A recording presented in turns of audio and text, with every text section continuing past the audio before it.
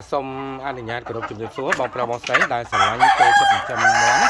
បាទបងឃើញប្រភេទពូជមាន់មុងរងកខ្មាតមកណាបាទបងឃើញមេបាបងសាច់ខ្មៅវាខ្នងឃើញសូមមេបា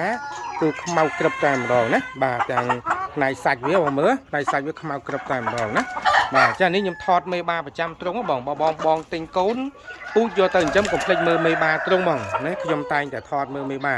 ហើយនោះប្រភេទពូជមាន់ច្រើនទៀតបងនៅក្នុងនោះមានមាន់ច្រើនទៀតណា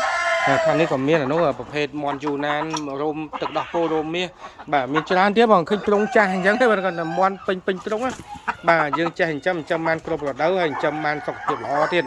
មាំម៉ាប់ទៀតបងមើលមេបានេះណាឃើញទេបាទបងមើលឃើញណាកខ្មៅគឹបតែម្ដងហ្នឹងមើលហៅមេបាប្រចាំទ្រុងអញ្ចឹងបងទិញកូនពូជទៅបាទកុំភ្លេចមើលមេបាប្រចាំទ្រុងហ្មងណាបាទអញ្ចឹងឈុតនេះមានមេ5បា1បងចង់បានជាឈុតក៏បានបងចង់បានកូនពូជក៏បានហើយមានរោមកញ្ញាបងណាឈុតនេះគឺរោមស្លូតបាទឈុតនេះគឺរោមស្លូតតែឃើញបាគេនៅវាខ្នងទេវាខ្នងខ្មៅក្រឹបណាបាទនេះមេគេណាបាទអរគុណជួបគ្នានៅវីដេអូបន្តទៀតណាបាទ